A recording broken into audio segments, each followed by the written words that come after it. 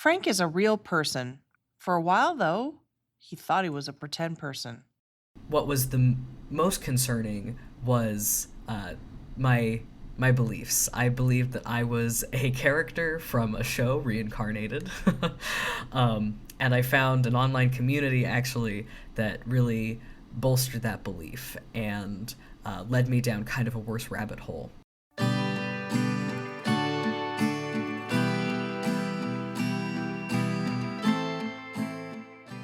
Welcome to In This Family, presented by Nexus Family Healing. I'm Dr. Michelle K. Murray, President and CEO. Older folks do not have a monopoly on earned knowledge and hard-won wisdom when it comes to mental health. You don't necessarily need to have endured decades of therapy and treatment to figure out your mind and the mental health legacy of your family. In fact, young people today have a huge jump on unlocking their mental health since they grow up in much more enlightened times. Mental health is something they're more likely to talk about at home, at school, among their friends than older millennials, Gen X, and boomers. No matter your age, everyone can learn a lot from young people. Frank Cobbe is a 22-year-old college student. He's originally from Utah and goes to Marquette University now. Frank has experienced sexual abuse and has been diagnosed with autism spectrum disorder and bipolar disorder type 2, whereby he also experienced psychosis. He owes a lot of his understanding to steady support from his mother, who made some discoveries about herself along the way. Besides his college classes, Frank is a mental health activist. He works with NAMI, the National Alliance on Mental Illness, the biggest mental health advocacy group in the country.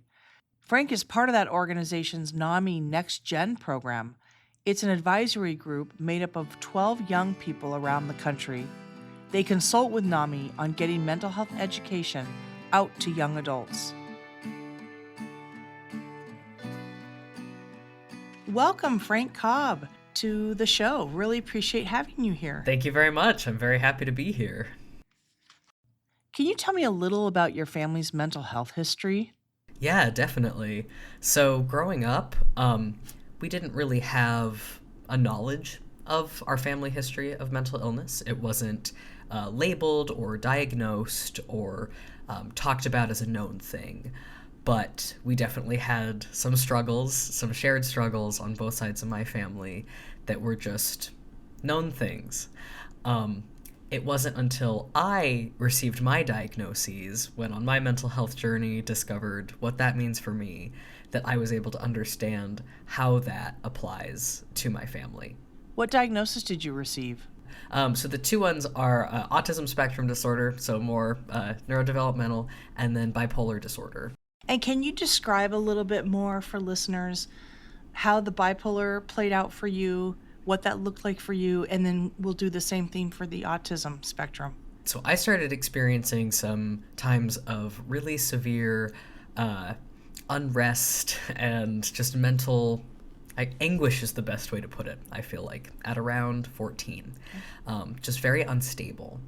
And looking back, these were some of my first manic episodes. I had a lot of paranoia, some psychosis. It was mild at the time. I've had about 3 manic episodes. When you don't know what you're experiencing, it can be hard to tell in retrospect, like, was that mania or what was going on? But the last one was worse. It involved some more severe psychosis and some delusional beliefs. And that really concerned my mom and led us to looking into mental health help for me. And that's when I discovered bipolar disorder. That was a really important discovery, but very painful and kind of a difficult come down when you realize that what you've been experiencing as reality is not actually reality. And you started to talk a little bit about the mania episodes. Did you also experience the depressive episodes, or was yours mostly the mania? I have bipolar type 2. So my normal mood state cycle is depression, mixed episodes, and hypomania. That's standard and normal for me, and what I consider healthy and manageable and maybe not to the average person stable, but to me stable. Stable means some ups and downs. So I did have some periods of some pretty severe depression, but what was abnormal, what especially made my mom concerned at the time, was the up periods, because I was not able to function normally. I was definitely not acting like myself. That was what was much more concerning and led us to finding the diagnosis. Can you think of a story to share with us, or an example or an experience that describes kind of the a manic episode, or what your mom saw you doing that got her really concerned? I think when we think of mania, at least for me, before I knew really what bipolar disorder was or that I had it, I would think of being really happy all the time, being very excitable, that life feels really great. And then what's hard is when you realize that it's not. That was not my experience. I felt really great, but it was because of the delusions that I was experiencing. But I was really struggling with sleep. I was awake all of the time and managed to keep going on adrenaline, but my body felt horrible. I was not having a fun time. What was the most concerning was my beliefs. I believed that I was a character from a show reincarnated. And I found an online community actually that really bolstered that belief and led me down kind of a worse rabbit hole. I'm honestly not quite sure I ever would have gotten there had I not had that that online experience. But that was the most concerning thing to her that made her start thinking, what's actually going on here? But that's how I describe mania, is something is different and you're doing more and believing more and feeling more, but it's not necessarily positive. Thank you. That was really helpful. You know, sometimes when parents start getting concerned about their children's behavior, a child can push back. How did that go for you when your mom said, "Hey, we got to get this looked into"? Yes, it was really hard. I pushed back a lot. I felt like my mom was trying to sabotage me in some way. Again, some of that like paranoid thinking. I felt like she didn't believe me, she didn't love me anymore. I felt like I didn't have the support that I had always had my whole life in my mom. I felt like that was gone, because she did not believe that what I was experiencing as reality was reality. And of course, she was right about that. The process of being able to actually listen to her concerns was very long and very painful, and mostly coincided with the downswing of that manic episode when I was starting to kind of come out of it. And that made me more receptive, because when she'd say things like, "Your sleep is really bad, we need to work on that," I knew that that was right, and I knew that I was suffering because of a symptom of something. And we could agree on that. And that's kind of where those conversations started to actually make progress, is what we could agree was reality. And I think she had to make some, what's the word I want, compromises in talking to me, of like, okay, you believe this, we'll set it aside for now, but what we gotta focus on is something's up. That's what got through to me, is not just saying, no, this isn't real, or you're clearly experiencing a mental health episode. I never ever would have listened. But just saying, I'm worried about you, and being willing to hear what my experience was, that's when we actually got to make some progress. I know you can't speak for your mom, but if you could maybe just share some insight that you learned from her, what helped her stay in there with you on this? Yeah, that's a really good question. I think something that helped is knowing that we've had a really good, solid relationship in the past, and having faith that it can be that way again. Knowing that this is an abnormal thing that I'm experiencing. This is non-standard. Something is up. That means that it might be able to be healed from. Also, I think after, a lifetime of really solid support, I don't think me experiencing something that is clearly not myself, something that's clearly a mental health crisis, I don't think that would have ever deterred her. But yeah, I think that solid relationship that we had before was definitely a part of it. And honestly, her, love and support for me, that like, I think even if that had been in some way a permanent state, if I had fundamentally changed as a person, I think she would have been willing to negotiate that and adapt to that. I've never, I don't know what it would take to get her to really back off. I think I might have to go get an MBA. I think that would be pretty tough for us to recover from. Oh, that's great. And I'm sure she would still love you then. She would. We'd have to have some tough conversations, but... And so can you walk us through, when your mom discovered, okay, something's not right, this is going more extreme, what did you guys do as your next steps to get help, to find out the diagnosis? Yeah. At first, it was just removing myself from the internet environment that had contributed so much to it. Nothing else could really happen before that happened because it was being kind of fostered in that way. So the first thing we did very begrudgingly was I got rid of all my social media. That must have been very hard, Frank. At 17 was very hard. It was, not to understate it, that was really tough. The next step was actually seeking an autism diagnosis because neither of us knew what was happening regarding the mania or what that was, but we had been considering the potential for me being autistic, and so that seemed like a place to start. So let's talk a little bit more about the autism. What made you and your mom think, well, maybe that is there? What was going on?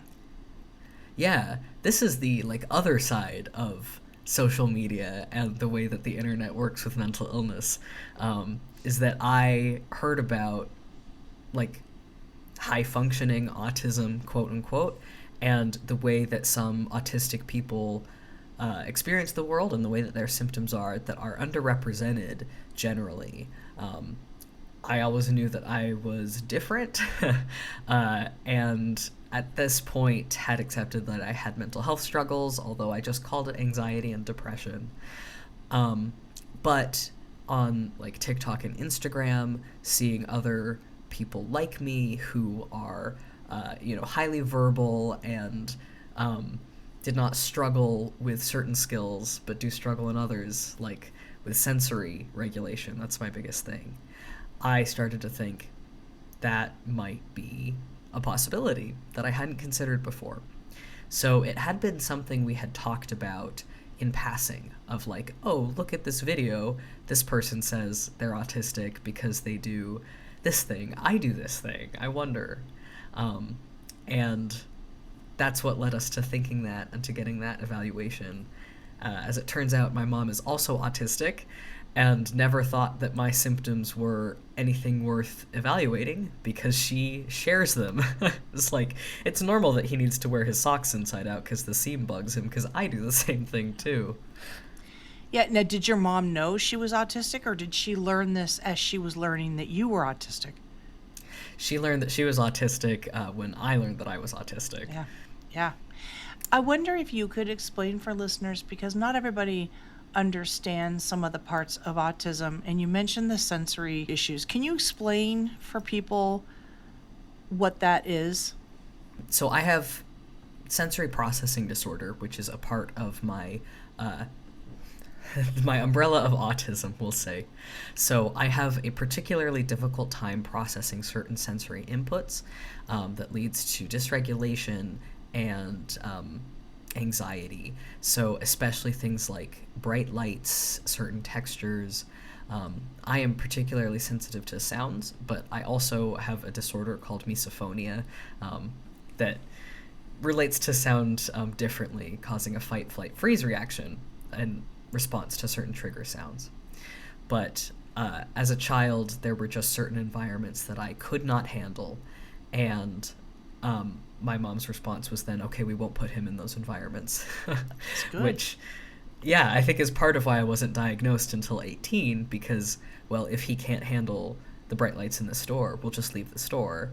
It's framed as, it's the store's problem. It's not that my child has a disorder, which did lead to a later diagnosis, but it also meant that throughout childhood I was very supported and given the tools that I need. I also, people might be familiar with, fidget toys, Yes. or stim toys, or the concept of stimming. That's another part of it for me, is that as much as sensory input can dysregulate me, it can also really regulate me. I have some sort of fidget toy usually in my hands at all times, including now. And I am sensory seeking in some ways. That's a part of autism spectrum disorder. Some people tend to be more sensory avoidant and sensory seeking. I think it's not so black and white. I think most people are both. In the way that I never want to hear somebody chewing ever, I also really love loud music and concerts. So that's a little bit about that part of it. But certainly, like, social cues and eye contact and knowing why certain social rules exist and why I have to say "Dear Professor" at the beginning of my emails as opposed to nothing. That kind of more, I think, slightly more stereotypical social element has been something I've struggled with as well. What else about autism are you experiencing in your life that might be helpful for listeners to hear or perhaps recognize in other loved ones in their life, their children? I would say that the best thing is patience. With myself, it is frustrating to not be able to do certain things or have the same capacity or need to take breaks. It's frustrating to not understand something or to not feel like you fit in.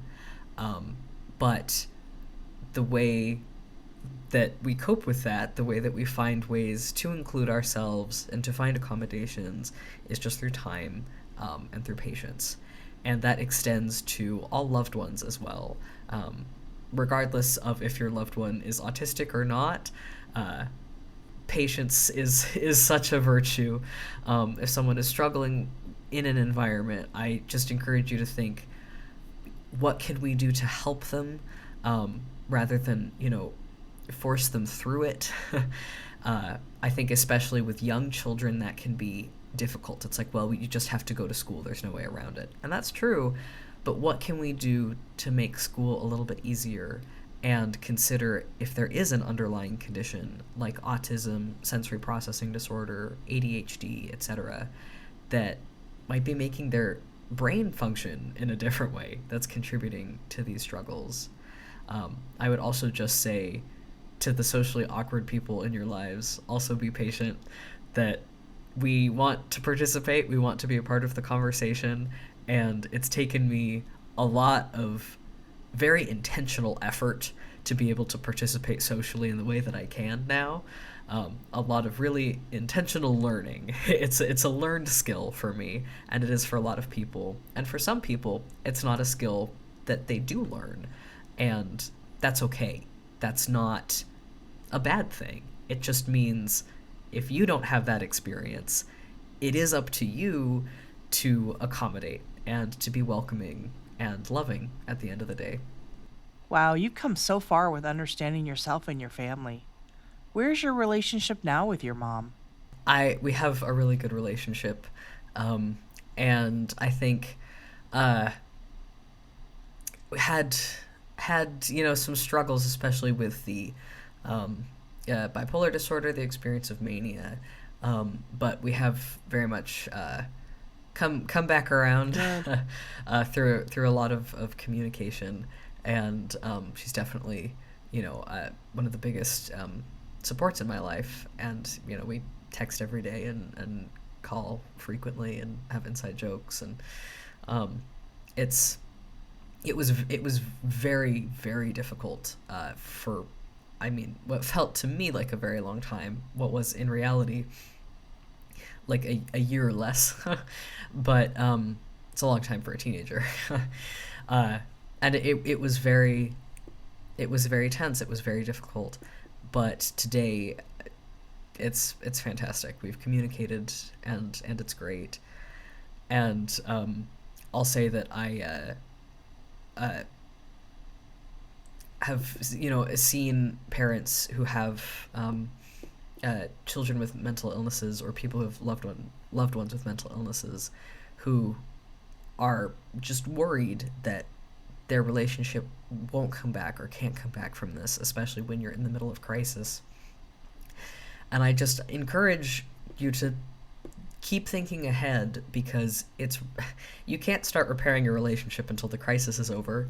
And even then, it takes a while. But I did at some point feel like this was it, like I don't have my mom anymore. And now I can't imagine not texting her when I see something funny.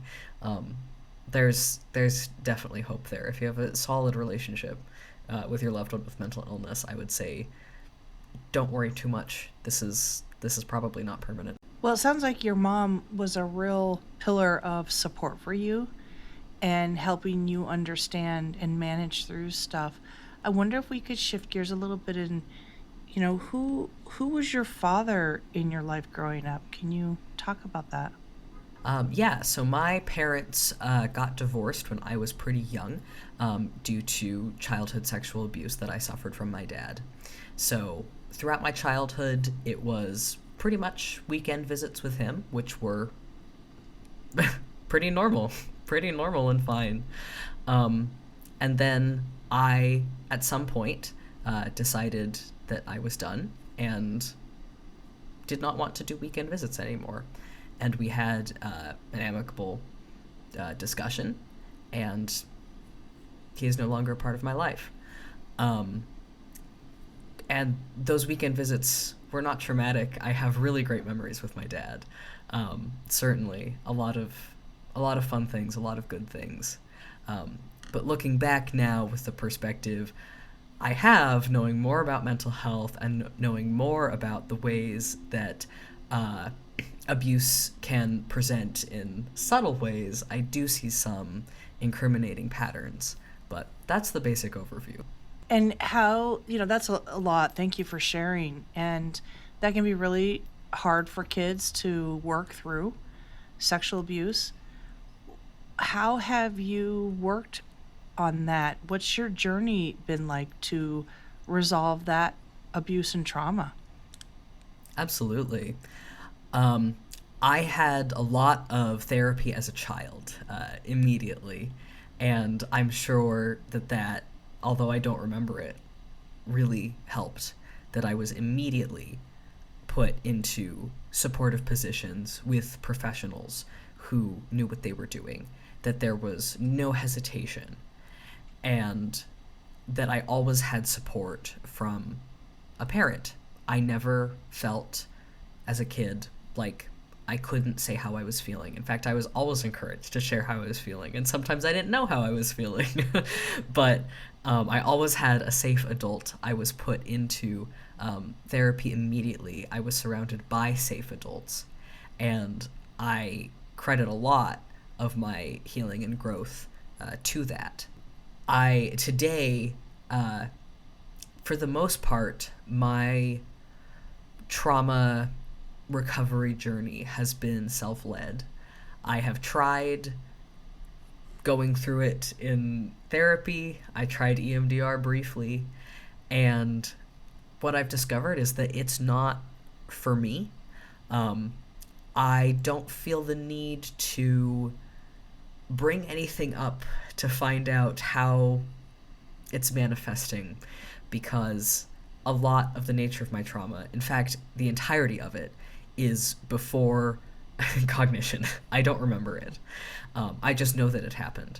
I think of the story that you told of just the example of being in a grocery store and the lights being too much from a sensory standpoint. And, some parents could look at that and say, oh, my kid's just unruly, and, tell them to knock it off and get in line, or you're going to get punished, or, whatever, as soon as we get home, kind of a thing. Whereas your mom was able to recognize, no, this is what's bothering him, and I'm going to remove him from that environment. I think that that's a really healthy approach and observation to make on your mom's part. In seeing that and knowing that maybe how you acted as a child in the grocery store because of the lights, what kinds of advice could you give to parents to pay attention to certain things that might clue them in that there's some autism going on? Definitely. I think two things to look out for are outbursts and then the opposite of that, shutdowns.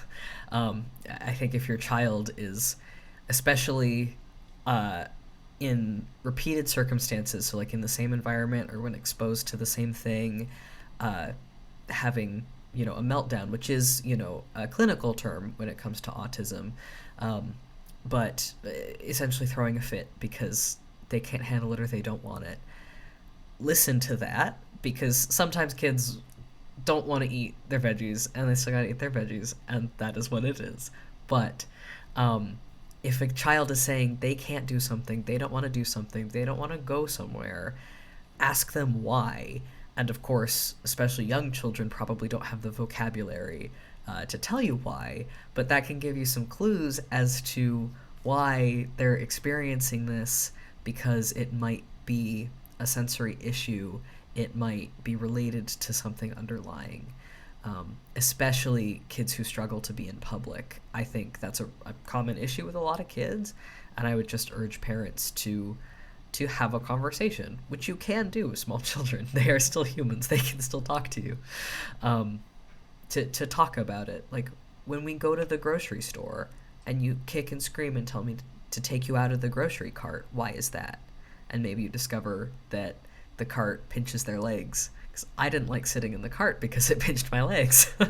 The opposite end of that is children who shut down, which is mostly what I would do and still do today. Dissociate, go quiet. And that can be harder to catch because when your kid is quiet and just kind of going with the flow, nothing might be wrong. And that kind of makes your grocery trip a little bit easier. But especially if they're talkative or talk, at least a little bit, and they stop, pay attention to signs of dissociation, kind of like eyes glazing over, losing interest in doing something. That can also be a sign of the same sensory overwhelm that causes quote-unquote tantrums. And I would say, yeah, just talk to your kids. And also, if it's a reasonable accommodation, do it. Do it. And some things are going to be harder and there's going to be some negotiation. But for example, the socks thing, I still wear my socks inside out to this day because the seams bug me. And so what? If your kid needs to wear their socks inside out, that's hurting nobody. That's not impacting their ability to go to school. And it's giving them more autonomy and another, in regards to spoon theory, another spoon to be able to function. Yeah, and I'm really glad you're bringing this up because what I'm appreciating is you're a younger generation. And what you're describing right now is a much more open approach to difference. What's your take on why some of the older generations really struggle with just accepting that? And that's a really good question. And what do the people your age talk to you about related to that? What's your guys' opinions out there? I don't fully understand the attitude of we have to do this because it's what we have always done or because this is what society expects. And I think some of it can come from having found safety or stability in that. Like, if our family adheres in this way, then we are accepted, we're safe, we keep our jobs, we keep our housing, we fit in. I think that can be especially true in immigrant families. And there is definitely something to be said for that. I think for that idea of assimilation. As a queer person myself, I experienced that as well, of like, how queer do I want to present in a certain environment? How against the norm do I want to be? Because presenting as less queer, more part of the norm, does keep me safe or gain me some advantages in some environments. So I think it really depends on the person and who you ask. I think there is certainly something to be said for norms and social values and mores in terms of creating a functioning society. I think that when it comes to things that really truly do not matter, like your socks inside out, for some people, I suspect it could be related to control. You feel like you're in control when your socks are right side out because you know you're doing it the right way, or whatever, when you wear a tie to work because that's the thing that you have to do. You feel in control of yourself. And I think there is probably an element of putting that on your kids, and not maliciously or intentionally, but like, I feel better when I do this because I fit in. My kids will feel better, will be safer, will get along, whatever, if they do this, if they fit in. I would assume that that's the predominant attitude, is you want your kid to do well, you want your kid to fit in. I think fitting in is overrated, personally, because I never really have. But I think it's worth examining why we might want to impose societal norms on our children and what they actually function to do. If your child has to wear a uniform to stay enrolled at their private school, you gotta find a way to get them to wear the uniform. And maybe you have to cut the tags out. Maybe that's the compromise. But, that might be a thing you have to do. But not every accommodation, not everything that makes an autistic child different is going to be harmful or difficult. It just has to be accepted. Like people who need to have a comfort object with them in public, especially like a stuffed animal or a toy at any age. That's not hurting anybody. That only affects the ability of that autistic person to fit in when people judge them for it. So that's up to everybody else to stop judging, to mind your own business. But in terms of what my generation is thinking and saying, I think there's a whole lot more awareness about neurodivergency and about autism, especially autism in women and people assigned female at birth, and so-called high-functioning autism or low support needs autism that I fall into. We know more, so we can better articulate it. Just growing up, I feel like me and my peers have always had this attitude of like, whatever, like everything is kind of ruined in this country, so whatever. Yeah. That I feel like that contributes to it. It's like, why should I care that adult has a stuffed animal when we kind of live in hell? It doesn't matter. I could choose to be kind to that person, and it doesn't affect me, and this person has now felt a kindness, and I'm not sure I believe in upholding the morals that society tells me to uphold when society tells me to also do A, B, and C that I find morally reprehensible. Mm-hmm. I think that probably contributes to it as well. Yeah, I'm so intrigued with the things that you're saying. I couldn't help but think about this word of belonging. And what I hear you kind of describing is that parents care about their child being accepted. They care about their children fitting in. And we all need a sense of belonging and acceptance. But if we could broaden what it means to let people belong, if we can let them belong, even if they have a stuffed animal with them, if we can let them belong, whether their socks are inside out, whatever, then there could maybe be a little more healing for people if they can feel that sense of belonging. And I just couldn't help reflect on that, the power of needing to belong. And when I hear about your story, you mentioned you don't need people as much as some other people might. You're comfortable without that. But I also see how much belonging you have with your mother, for instance.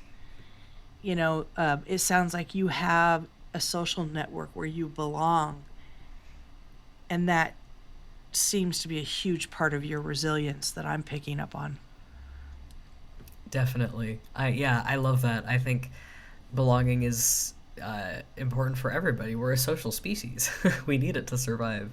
I definitely have found communities and people and places of belonging, especially at this point in my life. I definitely feel I have many places where I belong, and I feel like everybody should have that. There should be, especially for things that you can't control, like being autistic or having a disability or being different in some way, that should never be a hindrance to belong. What is making your generation so much more successful in accepting mental health and being willing to talk about it and get help? This is a great question. I think awareness efforts and campaigns really do work. When more people are talking about something, more people know the basics of something, that reduces the stigma. I think the effort of mental health awareness generally has been very effective. I mean, I at 13 years old knew what mental illness was, why mental health matters, had like a little sticker on my notebook, that kind of stuff. I think that is a part of it, is that more people are putting more things out there. I genuinely think the internet has a big role to play because anybody can post anything and it can be seen by anyone, so you don't have to deal with traditional media gatekeepers in terms of what is profitable to publish.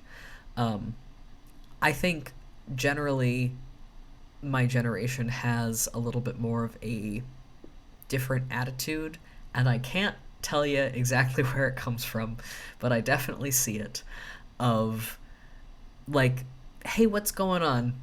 Just being willing to question more things, to question why things work the way they are, why we refer to things the way that we do, why things are stigmatized,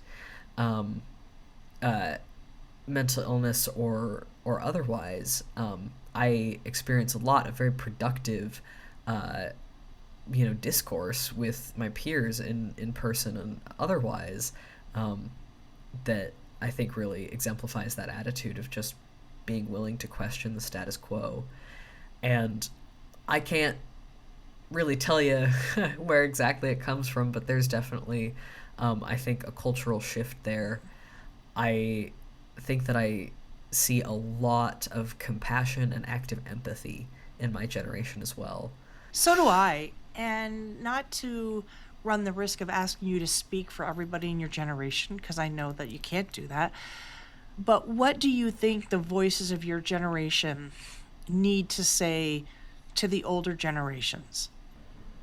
Yeah, I would say that we are not disrespecting older generations when we are trying to do a new thing or our own thing, or question why you do a thing that you do. That's not inherently disrespectful.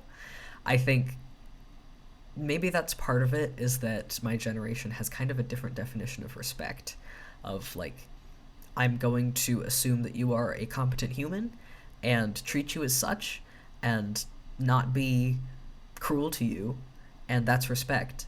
Whereas I think some people define respect as not being questioned, or that older generations know more things, which certainly, I mean, yeah, for sure that can be a thing, but that can be part of the disconnect, is different ideas of what respect means.